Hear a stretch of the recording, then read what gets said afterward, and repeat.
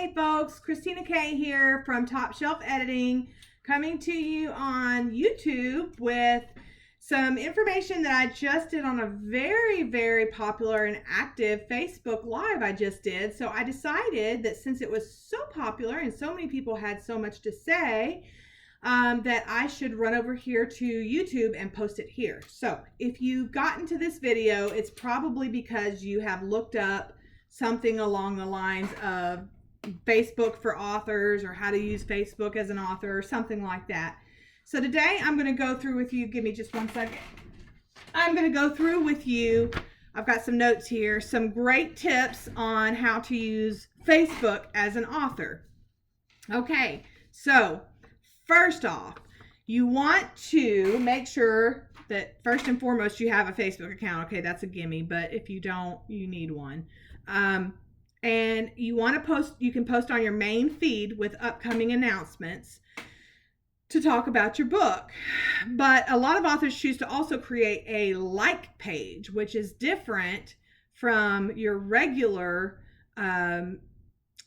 just your feed, your regular personal page. And the reason that people do that, and it's actually a smart reason and something I learned the hard way, which is that you want to keep your readership and your personal life kind of separate, because I'm sorry about the glare from my glasses. They say take them off, but I can't see without them. Because honestly, like what I used to do, and I just told the Facebook group the same thing, I used to rant and rave about my ex-husband when I was going through divorce. I freely admit that I did that. I was just caught up in it. I was upset. I was hurt. I was heartbroken. I was mad. I was very angry. And so I posted a lot about that. And then like the next post would be about, so anyway, so go buy my book. And that's just not a good idea, guys. So it is a good idea to keep it separate. Either have your like page to post all your author stuff on about your book and everything, and then keep your personal stuff on your personal page. Or if you want to just all do your personal page, just leave the drama at home. Just while you're trying to promote a book, just don't talk about things that are controversial, like religion, sex, politics, anything like that, or the divorce you're going through. Just don't do it. Just talk about your book and positive things, because people want to hear positive things when they are thinking about buying a book. Okay, if you're writing under a pen name, it's definitely a good idea to make a different like page. Let's see, what else? Okay, on Facebook, you don't really need hashtags, although it does function that way. You can technically, like you might see people use hashtags, but on Facebook, it's more like using it in a funny, cutesy way, like hashtag, what was the one? I have 2 adult daughters, and there was one really funny one that came out recently, and we did that. We hashtagged that.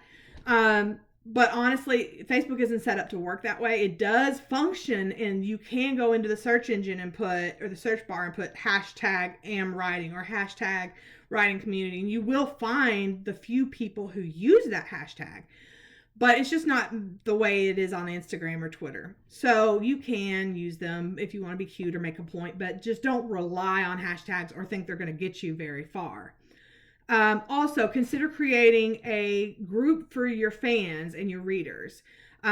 Take, for example, my client, one of my favorite clients, and she's one of my legacy clients, meaning she's been with me almost from the beginning, and she has stuck with me through thick and thin. D.L. Blade. If you haven't read her books, if you love paranormal romance, this is what you need to read. Her Chosen Coven series, okay? I edited them. I'm telling you, they're amazing, and they're doing really well. And she was, what's it called? Author Academy Awards. She was nominated for that, for those books that I edited. So that's pretty good. But anyway, she created a separate group for her fans called, I always have to look at this because it's kind of a tongue twister for me, Blade's Book Dragons.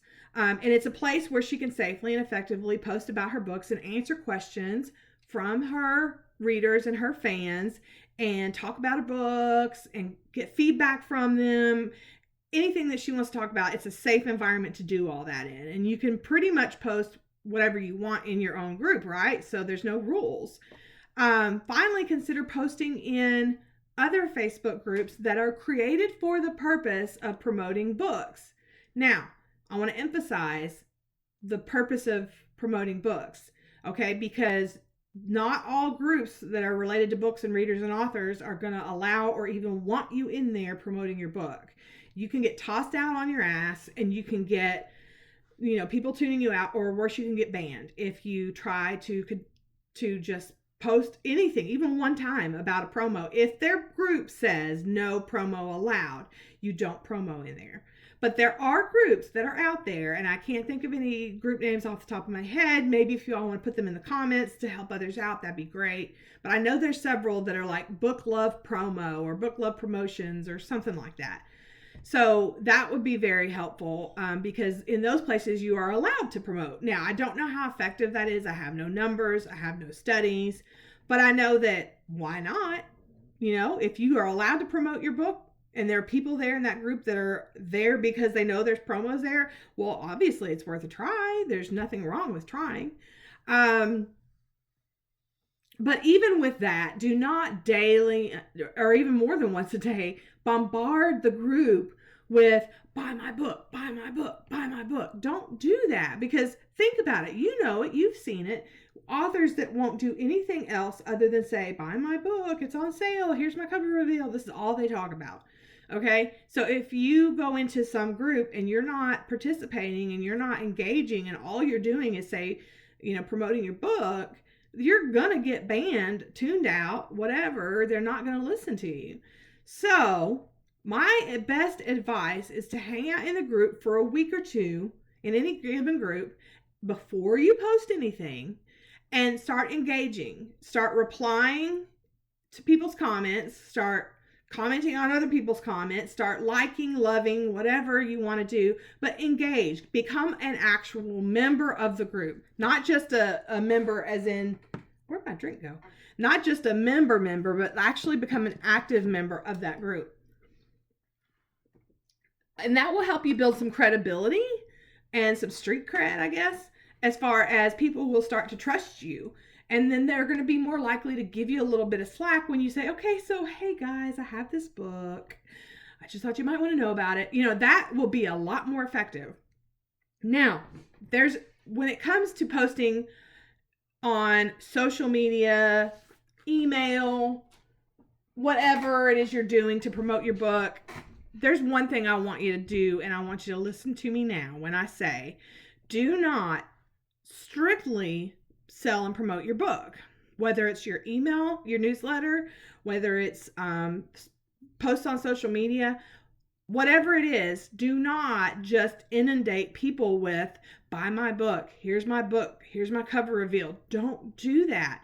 Your personal feed, your like page, groups, wherever you post, do not do that. What I always recommend my clients do is take the 80-20 rule. So like 80% is going to be nurture emails, and I'll tell you what that is in a second. 20%, this little part of the screen, is going to be your actual sales emails and posts. Now, this big chunk right here, the nurture emails, what is that? Nurture is what it sounds like, but just to kind of clarify for those who may not be clear, a nurture sequence, a nurture email is a post or an email or whatever that nurtures your relationship with the readers. It makes the relationship blossom, basically, for lack of a better term. You are not just bombarding them with sales information. You are actually engaging with them and helping them learn about you and your book and how you write and your process and all of this stuff. You more than anything. They need to know about you as a person, as an author. And, they want to have confidence in you. They want to trust you. They can't do that if all you're doing is selling. So instead, I want you to consider doing things like, say, before you post your very first sell post or sell email, I want you to do at least 4, okay? Start out with 4 nurture emails or posts. Start with something like a behind the scenes look at your book. An in-depth review of one of your characters, like a character breakdown, or maybe give them a little snippet, some quotes out of your book with a pretty image behind it. Just tease them, just give them some information, or post a picture of you writing your book, or a picture of the end when you finally finish it. don't always be selling. You will get tuned out. You will get blocked. You will get unfriended. It's just, there's no point. Not only are you not going to sell books, you're going to annoy the hell out of people, and nobody wants that. It's going to be totally counterintuitive to what you're trying to do. Also, just a few little pointers on Facebook that we were just talking about in the Facebook Live. Don't give people the angry face, the little angry face that you put on when, like, somebody posts something and you're mad, not at them, but at what they posted, what happened. Don't do that, because guess what it does? Facebook's algorithm thinks that you are not liking that post. So they think that you've posted something that other people just hate. And that's not a good thing. So don't do that to other people. Maybe they won't do it to you. But that's just a little tip I thought I'd share with you. Another tip is that if you post a picture with anything that you post on Facebook, even if it's a screen cap of what you're doing right now, or a picture that you pulled off of a free licensed stock, free image website, like Unsplash. I use Unsplash. It's totally free and they're all licensed. They're all perfectly legal to use. I should use them as sponsors. I need to contact them. Anyway, grab an image that somehow relates to what you're posting, whether it's the weather or whatever it is you're posting about, and use an image, because guess why? If you use an image in your Facebook post, you are, I think it's 40 to 50% more likely to be seen. Because did you know that when you post something, let's say you have 3,000 friends on Facebook, that's a good average. Most people who are authors, and kind of active in the community have 2,000, 3,000, 4,000 friends, right? So let's say you have 3,000 friends. The average person assumes I post something on Facebook, then that means 3,000 people see it. That is not true. As a matter of fact, when you post something, it all depends on the time of day, the algorithms, who's online. It is possible that even though you have 3,000 friends, 4 people may only see your post. That's true. That's an absolute fact. I heard it on a podcast the other day from a person who works at Facebook, and that's the truth. So it's just your posts are not getting seen as much as you think they are. So you want to post regularly and you want to post a lot.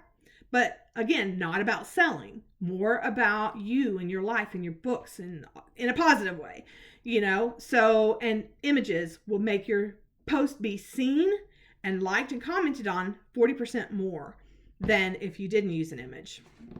I feel like there was some other good tips that we talked about that I can't remember right now. But those are the main ones. So that's how you're going to use Facebook as an author. I'm going overboard a little bit on time, so I'm going to sign off here. But I do want to remind you that the digital course that I've been working on for 4 or 5 months now, called How to Write a Novel from Beginning to End, will walk you through the process of writing your best book, from before you start writing to while you're writing to what to do after you finish, including publishing and marketing. I have worked for months on this. It's over 300 slides. It's 30 lessons. It's, I don't know the total time length. I'm gonna know that probably by tomorrow, but it's a full lesson, guys. It's a full course on how to write your best book. It is going to launch Monday, March 9th, 2020. So, and it's only open for 8 days. So through the 17th, 16th through 17th, it's going to close. So if you want to get on board and you want to take that course, I'll give you $50 off the course, which is already only $297. So it's very affordable, and you get payment options. So there's that. You can make 3 payments. I'll give you $50 off. B, I'll give you free lessons and free videos and free content. C, I'll give you advance warning of when the cart's going to open and when it's going to close. All of that is only for my email subscribers, though. I'm not going to put the coupon code on Facebook, YouTube, Instagram, Twitter, nowhere. The coupon code for $50 off is only going to be in the emails that I send out. So if you want to get on that email list and you want to not be spammed, because I don't spam you just want to get all these cool writing tips, tricks, and advice that I've been giving out lately. If you want to get on board for that, visit my website at topshelfedits.com. I will also put it in the comments. How's that sound? I'll put it in the comments, a link to it. But if you go to topshelfedits.com, oh, you're not supposed to point. Don't point. That's why politicians do this. Go to topshelfedits.com and you should get a pop-up if it's your very first time visiting the page or your cookies are turned off or whatever the deal is with that. We're working on that. You should get a pop-up that allows you to opt in to the email list. Also, you'll get an instant freebie download. It is how to edit your novel by yourself. So how to edit yourself. That is a freebie that everybody has loved. So we brought it back again, just for this course launch. So again, it's topshelfedits.com. Check out the website, look around, stay for a while, kick off your shoes, say hello, whatever you want to do. But go to the contact page if the pop-up doesn't happen, because there you can also grab the freebie and sign up for the newsletter. And that's all the time we have for today, folks. So I'm going to sign off here. So just go put those things into practice on Facebook. And if you have any questions, leave them in the comments. I try to monitor the comments, but honestly, I have this course I'm working on and I'm not being very successful at it. But I will try my best. So the best way to reach me, though, if you need a direct answer to a question, is to send me an email. There I go pointing again. Send me an email at info@topshelfedits.com. That's EDITS, plural. And I answer all emails within 24 hours. So no ifs, ands, or buts. I will answer your question. And also, if you're interested in working with Top Shelf Edits, that's another way to get a hold of me. So talk soon. And in the meantime, go write your best book.